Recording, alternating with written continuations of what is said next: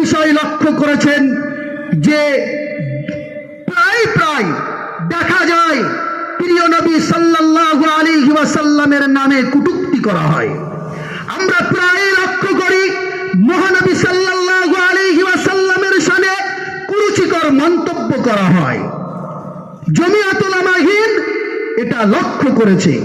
তাই আগামী 28শে নভেম্বর কলকাতার রানী রাসমণি রোডে যে এজেন্ডাগুলো নিয়ে, যে কর্মসূচিগুলো নিয়ে আমরা প্রকাশ্য সমাবেশ ডেকেছি, সেই এজেন্ডাগুলোর মধ্যে, সেই দাবিগুলোর মধ্যে একটা দাবি হলো বিশ্বজুড়ে মহানবী সাল্লাল্লাহু আলাইহি ওয়াসাল্লামের বিরুদ্ধে কুরুচিকর মন্তব্য বন্ধ করতে হবে। নবীজির নামে কোনো কুরুচিকর মন্তব্য করা যাবে না। এই প্রতিবাদ আমরা সেখান থেকে জানাবো।